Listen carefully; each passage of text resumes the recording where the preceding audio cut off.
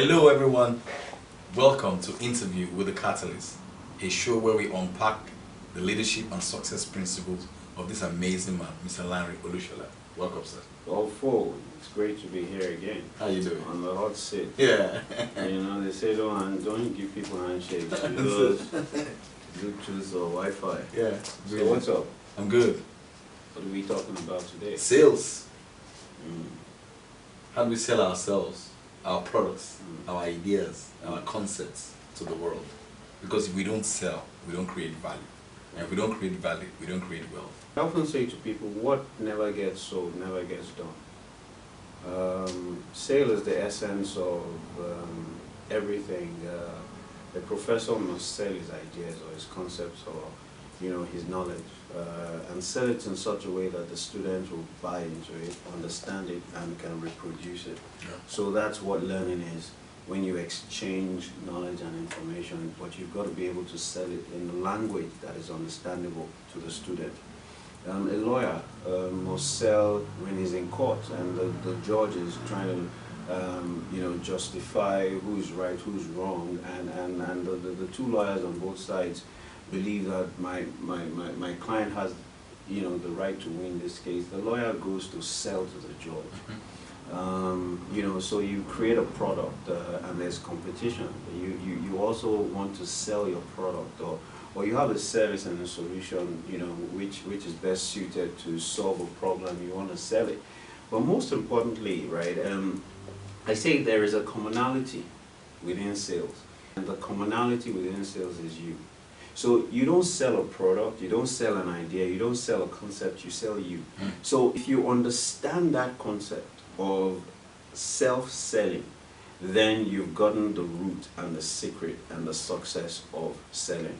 And how can you sell you if you do not know you? So the very first thing about selling is to know who you are, to know your strengths, to know your selling language, and to understand how you think and make decisions. And once you are able to profile yourself, right, you need to also understand other profiles. So the second thing that you need to understand with selling is the other person.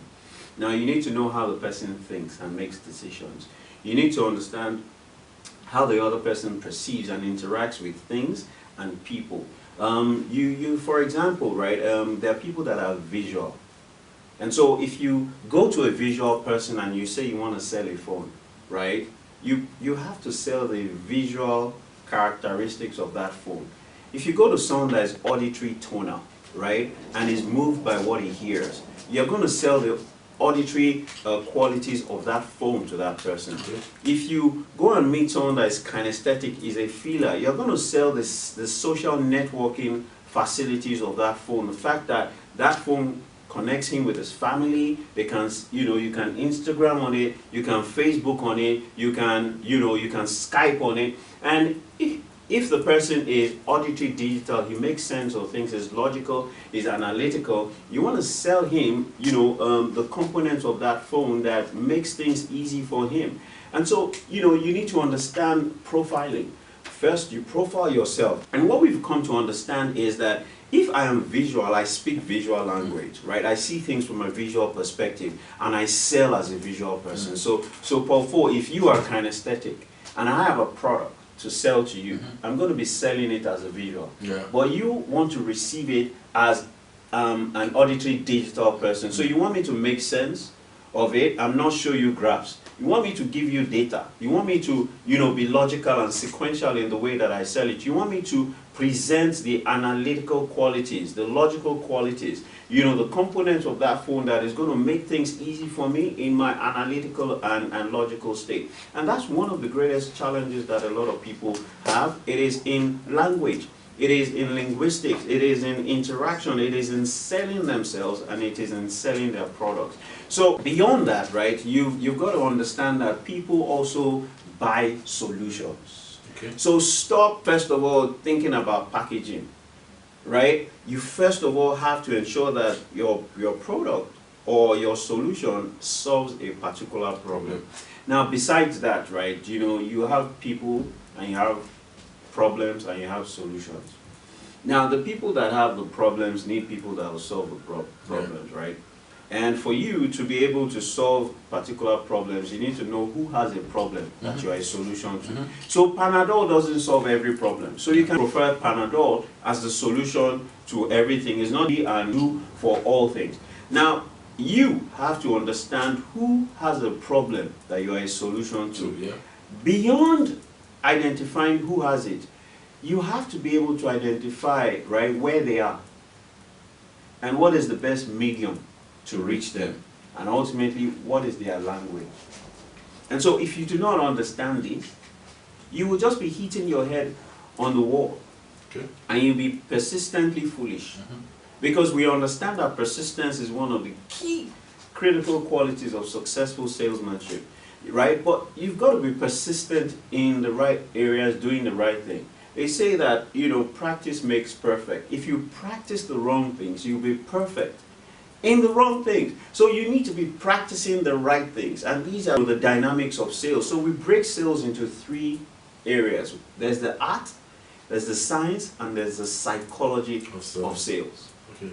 I noticed something that you see entrepreneurs, professionals, let's say in the industry of speaking and writing, they have loads of books that they've written or products that they bought in their garage, in their houses, and the products are not moving. What do you think internally? Because I believe that most of the things that stop us are internal. What do you think that the internal things that stop people from going out there to sell their products and service? Like they feel like there's a lion out there, the proverbial lion on the street that's going to eat them up. You know, 90% of everything that you do is controlled by your subconscious mind. Your subconscious mind, you know, drives it all. And it's very, very critical that you understand the language and the cues that you are getting from your subconscious mind. So if you've invested a lot of time and energy and resources into creating a product like a book, and you find that you are self-sabotaging, you're not going out there to sell the book, then there's a misalignment. Or even sometimes when they even go and give a talk, they don't even talk about the book, they don't talk about the product. There's a misalignment. Now, and this is where the problem lies. I say to people, the reason why you do what you do is more important than what you do. So say, for example, I now ask those kind of people the question, why did you write the book? Now you'll find out that the reason why they wrote the book is because their friend has a book. Now, the goal and the vision for writing the book is not in alignment with their beliefs and their values. And so because your values violate or contradict that action, your subconscious is not going to push you to do it. You're doing something that it violates your own personal beliefs and your own governing values, even though it's a laudable goal and vision. And so you must, of essence, ask yourself, why do I want to do this? A lot of people have said to me, Mr. Lanre, you've got to write books, and I ask them why. So, and I go around and I ask people that have written books, why did you write books? And how many books have you sold in Nigeria? Most of them, you know, that have sold books in the last 4 years, maybe 5,000 copies. You're not a bestseller. You know, in America, if a Steve Jobs or a Bill Gates writes a book, instantly, or an Oprah Winfrey writes a book, instantly you're selling millions of copies. Right? It's because, one, they've built a tribe, a following. And so I ask people, you know, okay, yeah, you want to write a book, right? Who are you writing the book for? It's targeted towards who? Do you have a following, right? How many people are they? And do they read? What kind of books do they read? What kind of language, right, is the book they read written in? And a lot of people don't do a lot of those exercises. I understand that a lot of people have great ideas. They have phenomenal ideas they want to put in a book. Fantastic, right? But you've got to ask yourself, is it time? And it may not be your time yet to write a book. Because you see, books are sold by people who, you know, have a large following, have a tribe. People honor and respect them. So if you come up with a book, right, and people are not moving towards that book, then you've made either a wrong decision about the timing, or the title, or the cover, or the language, or the content, even though there's some phenomenal information in it. So it's not just, you know, good enough for you to create a product. What problem does that product solve? and who does it solve their problems, where are they, and what is the best medium for them, you know, is one of the most critical things. And if you find that you're self-sabotaging, right, and you've created a perceived phenomenal product or solution, and there's something within you that is not pushing you to sell that product, you need to check. You know, it may be in violation of some of your beliefs and your values, and anything that violates your beliefs and your values, your subconscious is not going to push you out there to do it. So the why is very, very critical. The why. So that's why you see somebody opens a shop and their friend is doing so well, selling clothes because they open a store. And another person, because her husband also has money, puts pressure on her husband, gives her money, she also opens a shop. And she's not doing well. So what you're saying is that subconsciously, she's not wired to even sell. Yeah. Yes. But consciously, she says with her mouth that this business is going to do well, I'm going to sell. Yeah. But subconsciously, she's going right, but subconsciously, she's going left. Let me shock you. You know, the good book says a double-minded man is unstable in his way. Yeah? Let him not think that he can ever receive anything from God. I add to it, he can never receive anything from God, from man, and from himself. Now, what is a double mind? You have a subconscious mind and you have a conscious mind. So as you have described, the conscious mind says this is a great business to do. Analytically, you know, you've done your business plan. And in your business plan, you know, you've read it that this business is solid. But it's a good business, it's not your God business. What is your God business? Your God business is the business that God has given you based on the solution that you were born to be, based on the problem that you were born to solve. And so if you go ahead, right, and do that, your subconscious is at conflict with your conscious, and you are double-minded. Now, because your subconscious gains 90% strength Like the elephant power, and the rider. the elephant and the rider, right? You know, the key is that your subconscious needs to be in alignment with your conscious for you to succeed. Now, what is your subconscious? I'm sure people are asking, is a combination of your spirit and your soul. Now, your conscious is your physical being. Now, look, Paul, this guy that I'm looking at is not the real you. This is just an earth suit. The real you is invisible, is indomitable, is invincible. That's your spirit and your soul. And a lot of people place a lot of emphasis on the physical and less emphasis on the soul and the spirit. But the soul and the spirit control everything in the physical. And so you've got to understand your subconscious mind, you've got to understand your spirit, you've got to understand your soul, you've got to develop them, you've got to own them, accept them, and engage them. Because, man, those guys, they know it all. Well, Mr. Catalyst, I want you to tell us a scenario in your personal progress, your personal business, of how you use some of these selling principles to close a deal or to help someone to close a deal in your capacity as a coach. Right, so I'm going to give you two scenarios. You know, there was this major pitch that we were required to make to an oil company, one of the top 3 oil companies in Nigeria, and you know, they were going to have a retreat for the EXCO, group management committee. There's about 32 of them, and I'd had the first meeting with the HR manager. I had a second meeting with the HR, HR director, and we were scheduling a third meeting with the MD. They hadn't done this retreat in about 3 to 4 years, and you know, I've created serious rapport with the HR director and the HR manager. You know, where and that was the first thing. Ensure that I created phenomenal rapport with them. And you know, I started to, in the courses of the discussions, you know, I started to profile their CEO, you know, ask them questions about their CEO. I wanted to know whether he was a general, a socializer, a team player, or a detective. And through the various questions that I asked, I realized that he was a combination of a general and a detective. And for our listeners, those are personality types and profiles. Yeah. Yes. So I was able to, you know, identify the personality style and the leadership style of the MD. Then the next thing that I sought information about, and that is very, very critical, you need information. You know, before you go and prospect, before you go and sell anything to anyone, you need to investigate. So I was investigating was how he thinks and how he makes decisions. They're visionary decision makers, they're practical and realistic decision makers.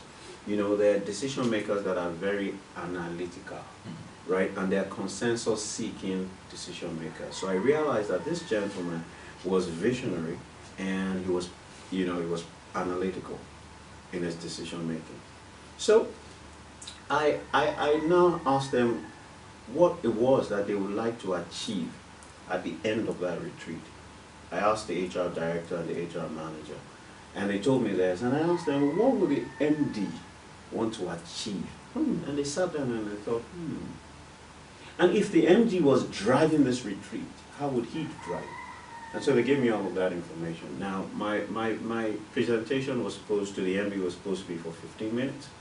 Now I went back and I rewired my presentation with graphs, because the MD was visionary, with colors, and my presentation looked very good.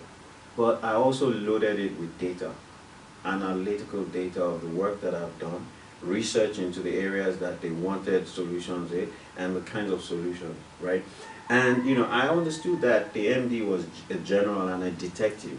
And so I began to do a SWOT analysis on what would happen if they didn't do what they needed to do, and what would happen if they did it, and the consequences and the benefits of it, right? And I did that presentation to the MD. The MD did not ask me one question.